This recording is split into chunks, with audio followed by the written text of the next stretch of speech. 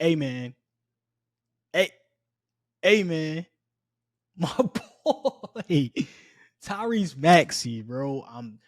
Oh my god, I'm hyped. Just got done watching the game. Tyrese Maxey is a star. I'm leaving with here with something. That's all I gotta say. I'm leaving here with something. Another episode off the Cliff Show brought to you by 14th Market Podcast Network. We here, man. Sixers win Game 5. Insane game. Maxey 46-9 in the Garden. Hits the from 40 feet, hit the three, tie the game up. Nigga, the Sixers going to overtime, winning overtime. Oh, yo, that was a crazy game, bro. That was probably one of the best Sixers games I've ever watched. And I'm so happy that it was Tyrese Maxey. He's everything that we said he would be. Everybody that was on the bandwagon when he got drafted, like he's everything that we said he would be and much more. Like we didn't think he would make this rise to be an all-star this fast. We didn't think he would be able to win most improved player. We didn't think that he would be able to this type of player this early at 23 years old that could go into the Garden, drop 46-9 in a playoff game, in a closeout game. Hey, that's really my dog, yo. Oh my god. 11 first quarter points. He took over the scoring when Embiid looked sluggish. We're going to talk about that. 15 first half points. Like I said, Embiid looks sluggish. Coming out of the game, he's a whole other conversation.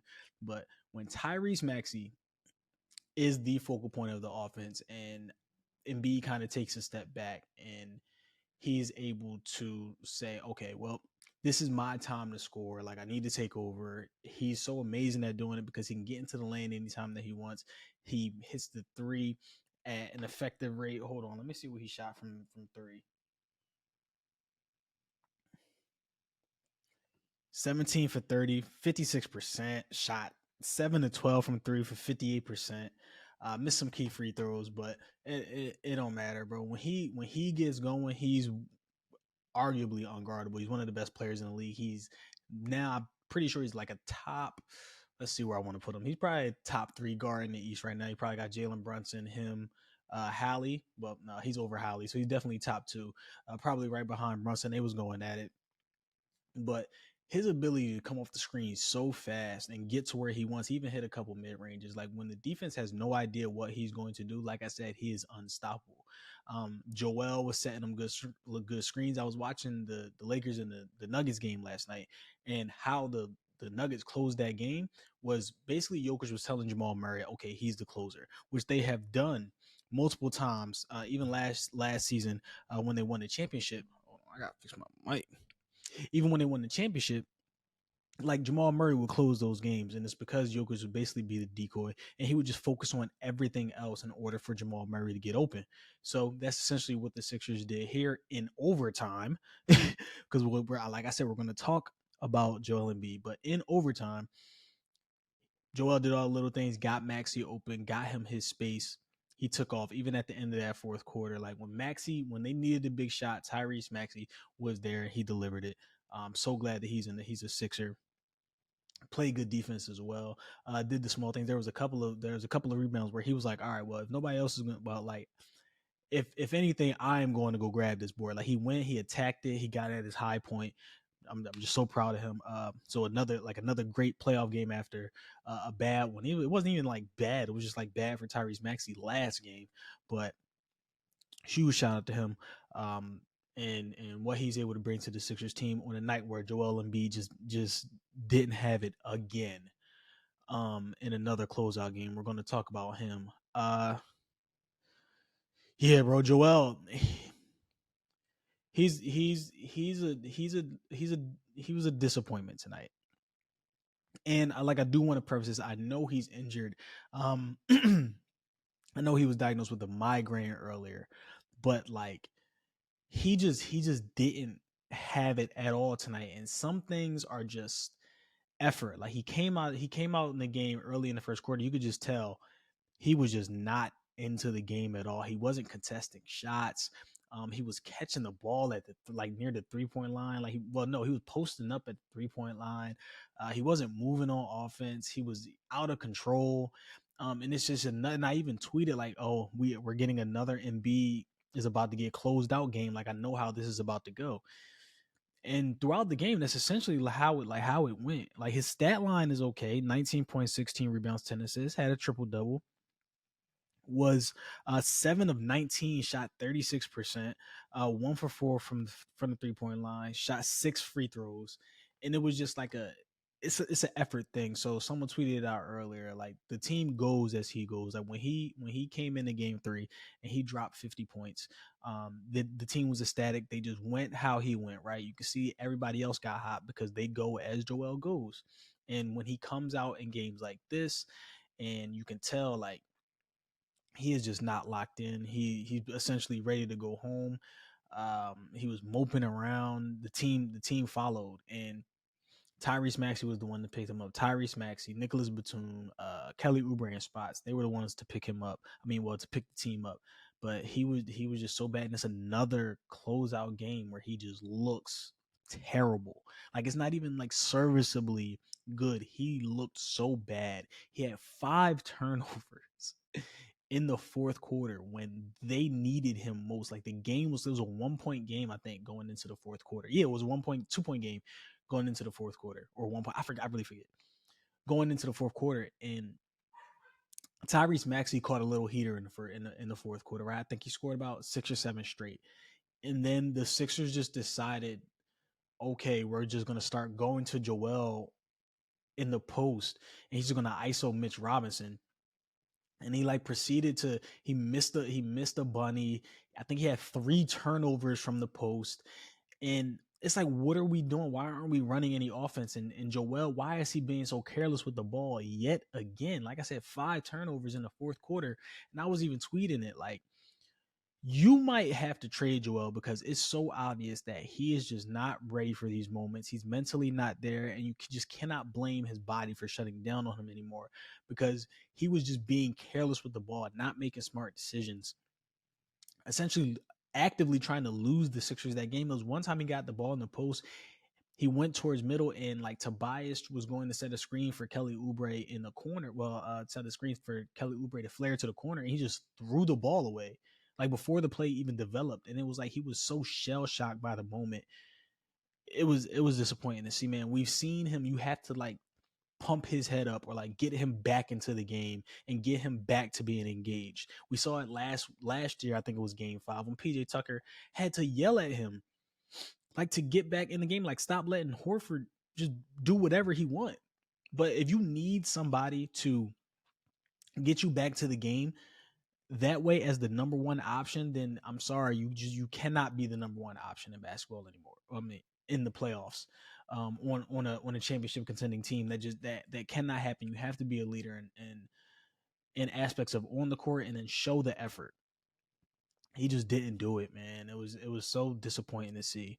Um, I've been saying for a while, I do think that he needs to take a step back from being the number one option because it's so hard to win in the playoffs and win a championship with your number one option being a big man or being a 7-2 center. As good as Joel Embiid is, it's still hard. It's still one of the toughest things to do. Most teams win from the perimeter. Even that Denver team, like yes, Jokic is the number one option, but their perimeter players are so good that they win those games from the perimeter.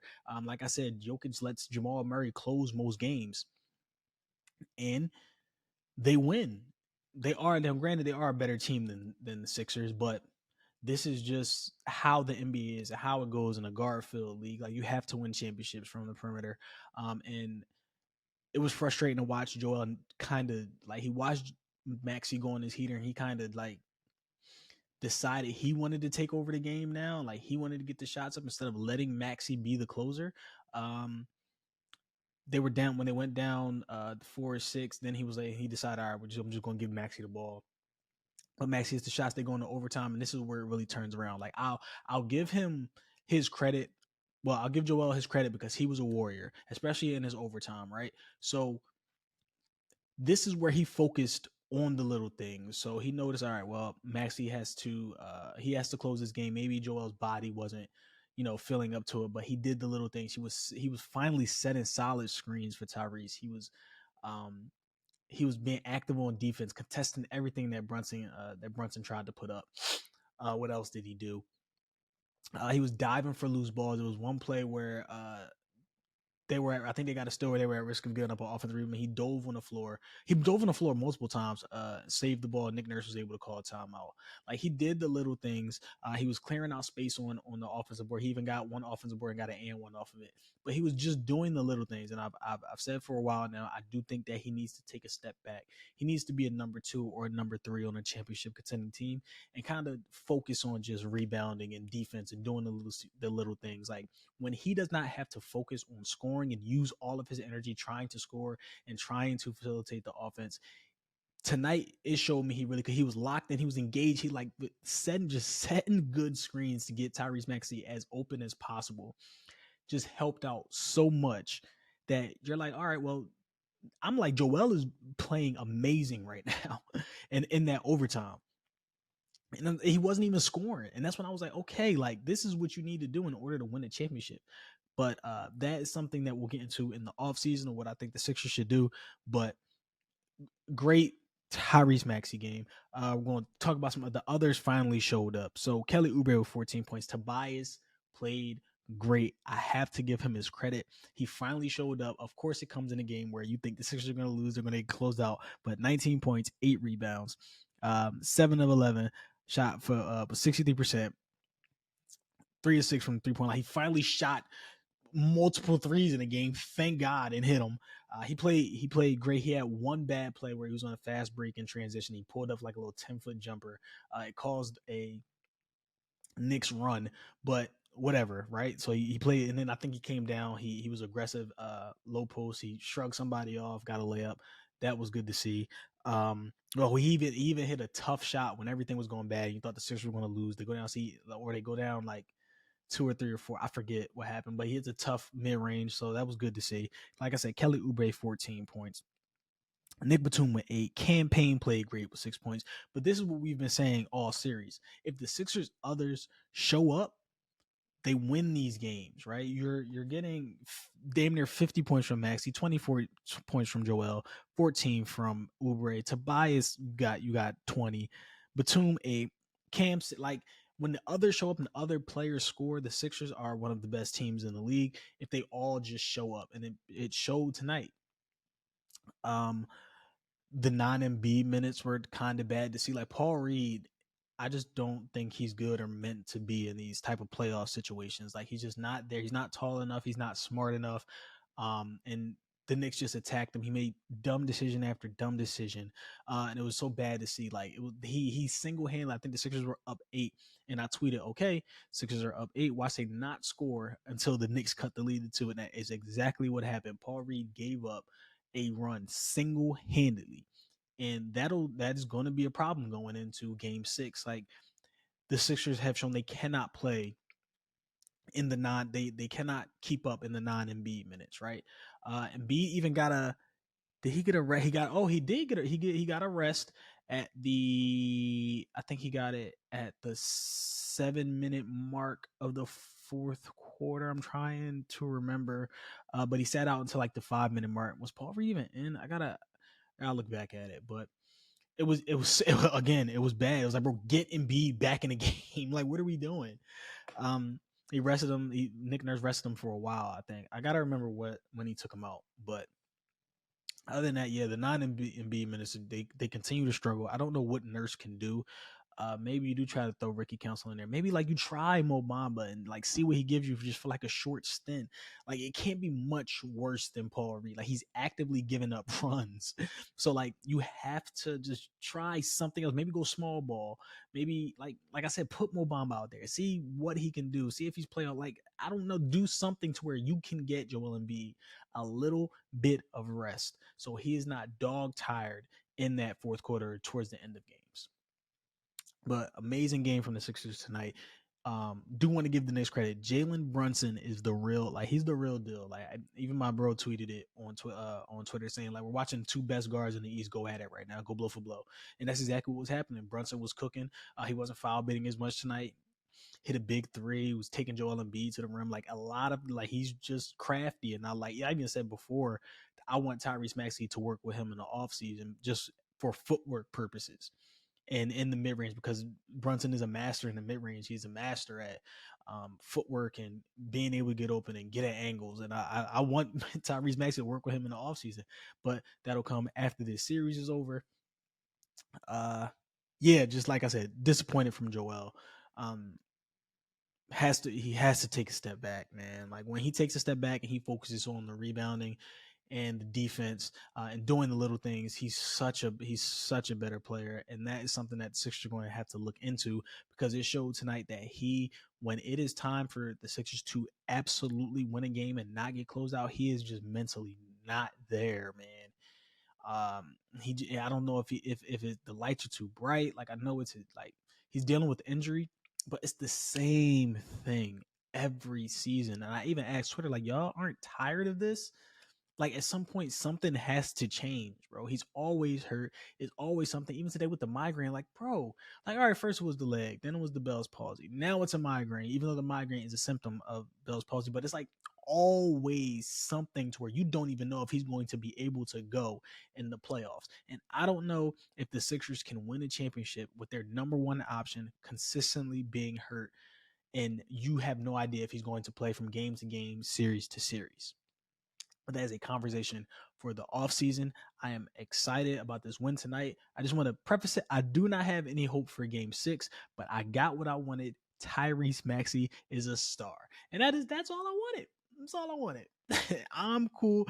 I'm cool with that. I can sleep at night. If the Sixers lose this series, I know Tyrese Maxey is a superstar, and Daryl Morey and the Sixers don't trust them, but they can move accordingly depending on that. But make sure you like and subscribe. Hit that like button on the video if you're watching. If you're listening, follow, subscribe, do all that. If you're listening on Apple Podcast, make sure you look at previous videos.